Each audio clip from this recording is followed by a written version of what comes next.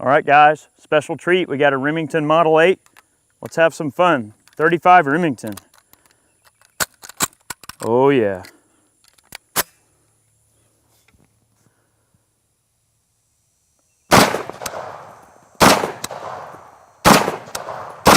Ah!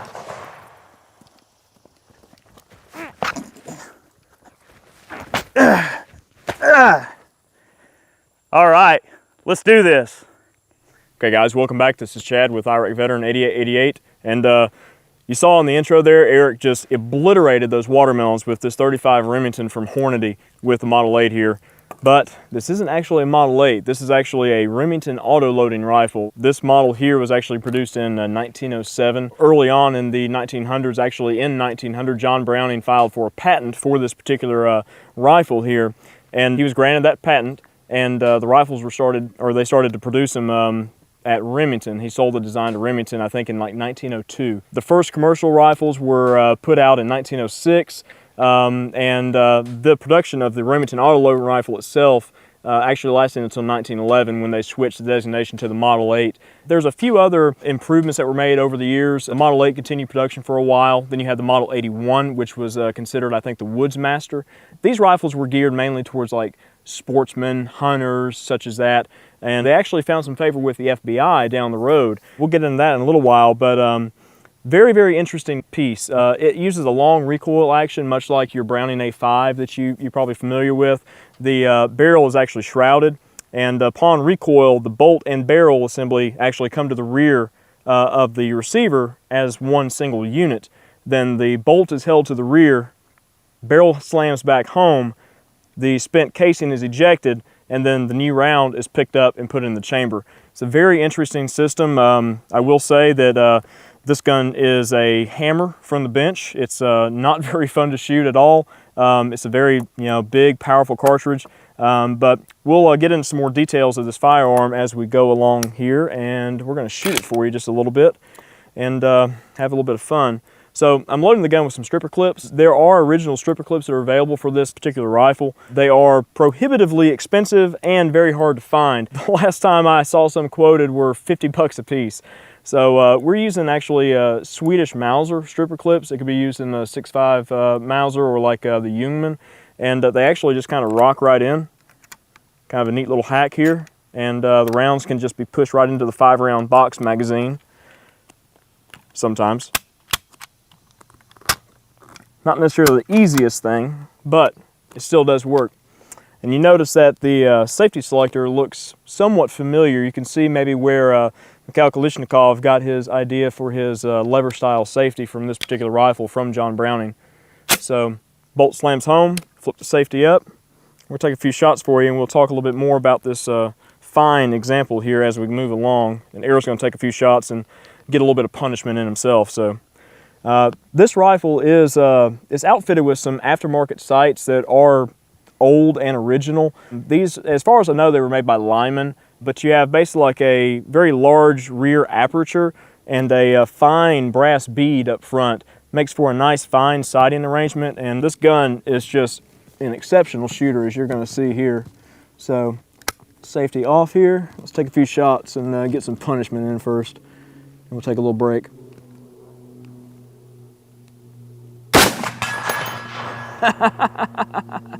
Oh man.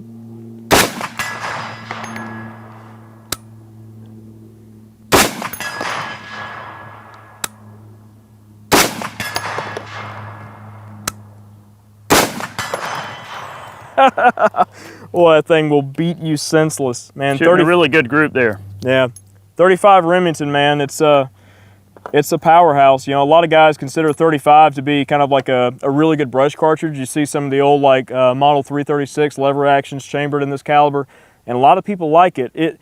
I will say it's a very, very hard caliber to find, inexpensive, because there's not a lot of really, available commercial loadings for it. The Hornady that I'm shooting here, I actually collected over the course of several months, and I paid upwards of $30 to $35 a box for this ammunition, mainly just to get the brass.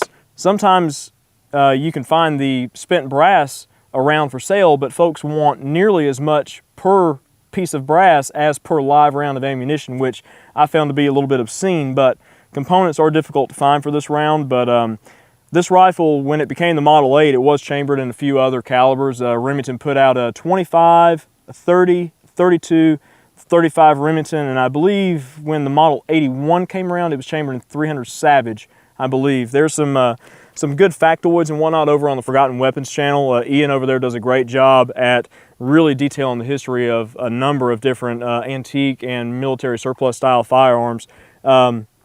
This gun, like I said, it does shoot very well, and we'll take some longer range shots here with it and see what she's capable of at kind of longer range.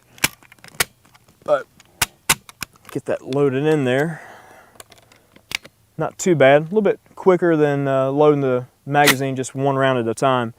Now, if you remember history right, you might think of the ambush of Bonnie and Clyde and a Texas Ranger by the name of Frank Hamer, who was reported to have used a 20-shot box magazine produced by Peace Officers Equipment Company out of St. Joseph, Missouri, in his rifle during the ambush.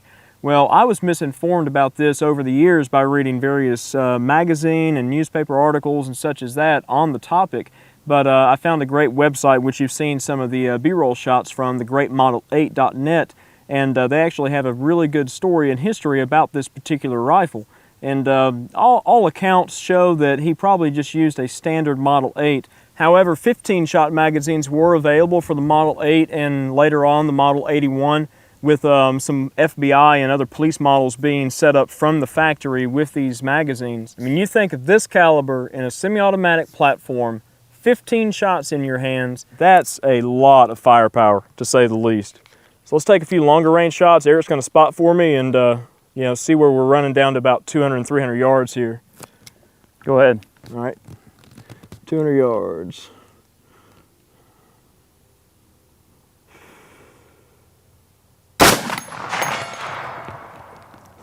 Boy, that 35 gets down.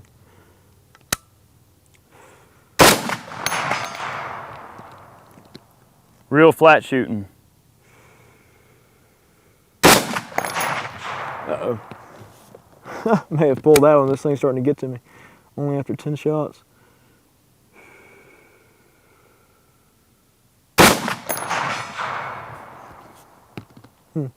Actually, you know, I might be shooting a little bit high at that range.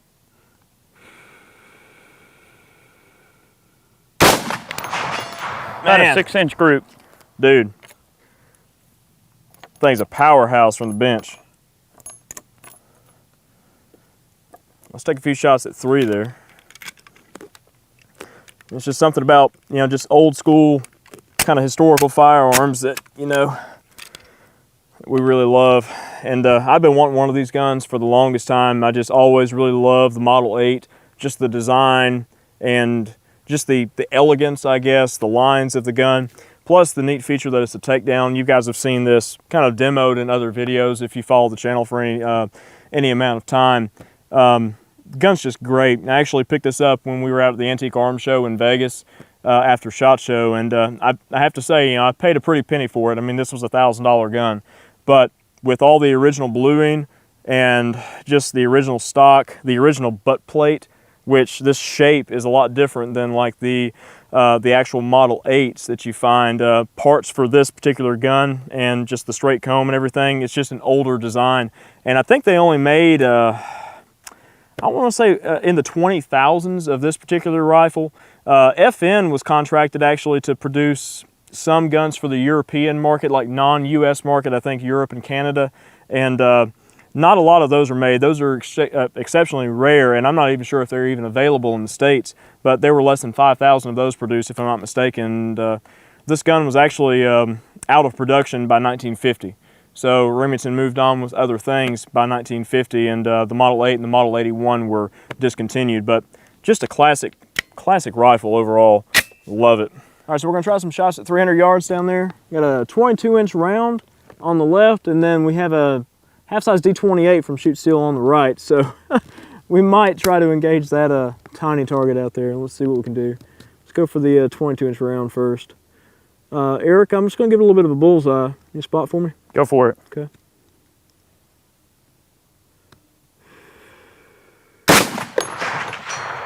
Down in the dirt, it bounced into the gong. Oh, wow, okay. Wow.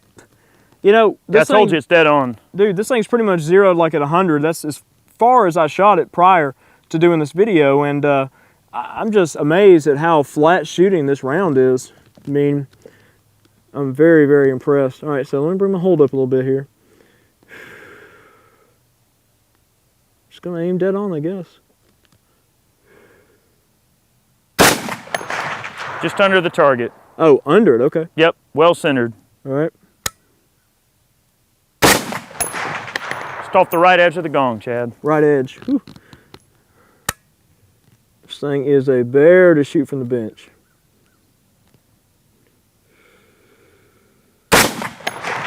Right off the right edge, good elevation. Man, still right. Yep. Okay. Let's see.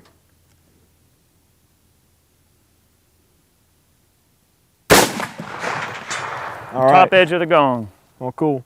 Well, my shoulder's had about all it can take for the moment. I'm gonna turn it over to Eric and let him take a little bit of punishment from this rifle and have a little bit of fun. All right, I'm gonna have a go on the Model 8. It's been running very nicely for Chad. Model 8 is really one of those interesting firearms that it really just has a kind of odd place in the firearms world because, you know, this thing came out well before World War I. And I don't know if maybe it's just they couldn't produce them in the numbers, but it seems to me like this would be a pretty good little military rifle. You know, maybe they can make it with a little bit more robust stock or whatever. You got an auto-loading rifle that's still stripper clip fed, just like the soldiers are already used to. I mean, that would be a force multiplier. You got, you know, if you got 5 doughboys, every third one of them's got a trench gun and every fifth one of them's got one of these.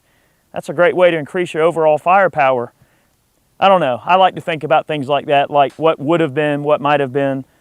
But we still won, I guess. You know, the Model 8 is one of those guns that, this was really one of the FBI's first sniper rifles that found its way into the early, what would become the FBI sniper program. And they're just neat. I mean, I can see why too. It's laser accurate, nice and flat shooting. Not a whole lot to think about. It's auto loading for fast follow-up shots.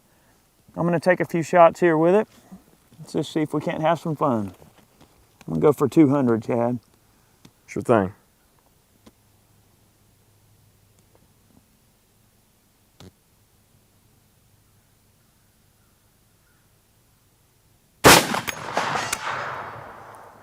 Favored a little bit right, but oh yeah.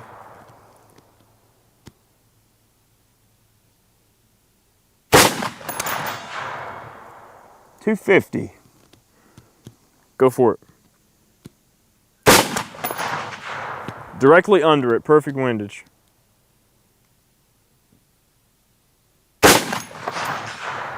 Yep, favoring the lower edge of the plate, but good. This cartridge is just an absolute powerhouse. Now, speaking of powerhouse, we are using some modern ammunition, and you guys are probably wondering, you know, hey, this rifle is getting on up there. Of course, I lost a stripper clip on the inside of the receiver. This rifle is getting on up there in age. And a lot of you guys are probably wondering, hey, is this modern ammunition safe to be shooting through a Model 8? Well, any Model 8 in good condition should be able to shoot pretty much any modern cartridge, and a lot of the 35 Remington ammunition out there that you're going to be able to find is going to be loaded to a pressure that would be consistent with the original cartridge. And one of the interesting things, and hopefully I'm not wrong here, but from what I know, the 35 Remington was never really offered in a bolt action or lever action until a little bit later on. This originally was intended to be an auto-loading cartridge when first put out with this particular rifle. What really makes this rifle awesome is the 35 Remington, you know, the big bore 35 going down range nice and flat and just putting big old holes in things. All right, going for 3, Chad. All right, send it when you're ready. Perfect windage, just right under it. Still low under it.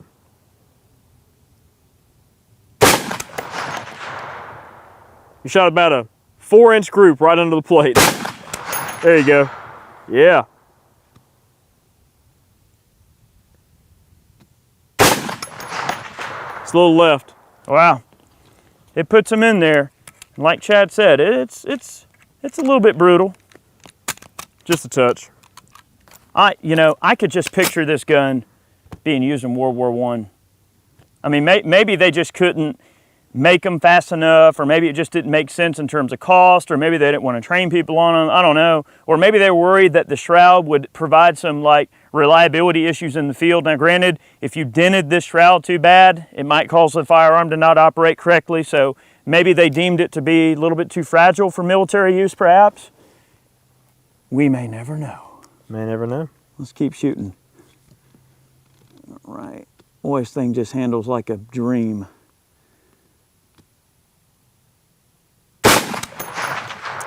Right under it again. Just favoring a touch low.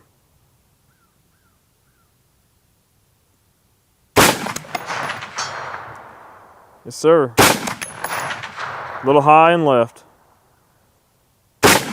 Yep.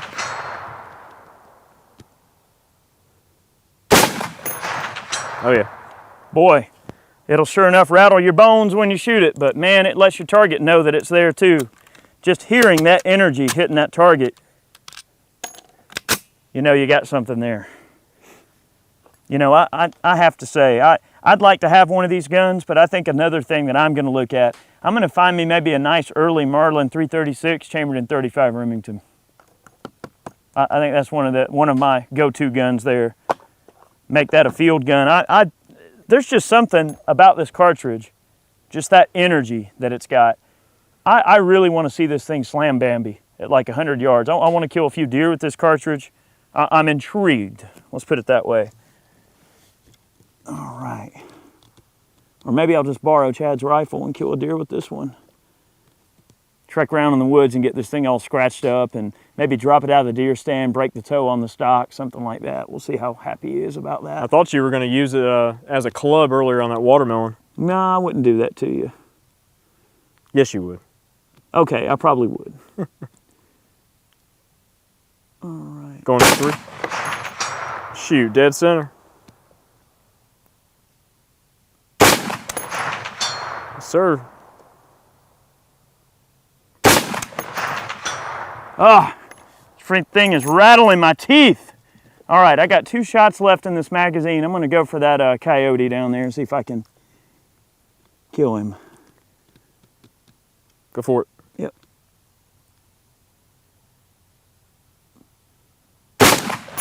Oh, right past his head. Yep. Right in the neck. Right in the neck. That would have been a dead coyote at 300 yards here with the Model 8. Well, guys, I appreciate you watching this video. A lot of you folks, ever since we did the kind of teaser in the 5 guns video, have been asking us to showcase the gun that was in that particular video. These things are full of really interesting history. They're obviously wicked fun to shoot, as you can tell in this video. And they really are one of those firearms that oftentimes get overlooked. You know, we don't associate the turn of the century with a sporting auto-loading rifle. You know, this was geared towards the sporting kind of end of things. From every indication that Chad and I have been able to find, we haven't really been able to find anything that led us to believe that these were ever considered for military trials, for a military rifle. Although, you know, I'm inclined to think just the handling characteristics of the gun, how handy it is, how easy it points, I could see where this probably would have been a very handy military gun if configured properly, and if you trained your soldiers on it properly, this probably would have been a pretty good military gun. Some people may disagree, but the handling characteristics, the power, you know, you got semi-automatic, fast follow-up shots. This would have been a really handy rifle in the trenches to have. But oddly enough, though, you know, a very interesting firearm. We may eventually get this gun out and do some even longer range work with it. You know, this was just out to 300 yards, but who knows? Maybe we'll take this rifle out to 400 or 500 yards, maybe further. Maybe we'll do some ballistics gel testing with the 35 Remington, because this is really like my first exposure to the 35 Remington. You know, I've always been familiar with it as a cartridge, but I've never really dealt with it in terms of just shooting it and playing around with it. And I'm kind of intrigued. So I think I'm going to do a little bit more research and maybe load up some ammo and start doing some preliminary testing. And maybe we'll just revisit the 35 Remington as a cartridge at a later time. So thank you for watching today's video. We really appreciate the support. Guys, make sure you sign up for our email list online. Go to our website. You'll see the, the details there. You know, that way you can stay tuned with all of our, email blasts and everything. Also the newsletter we put out every couple of weeks. And we would greatly appreciate that. Much more on the way, guys. More gun gripes, more firearms facts, gun reviews, meltdowns, 5 guns, you name it. If it's gun related, we probably do it. We will catch you next time. Thanks for watching.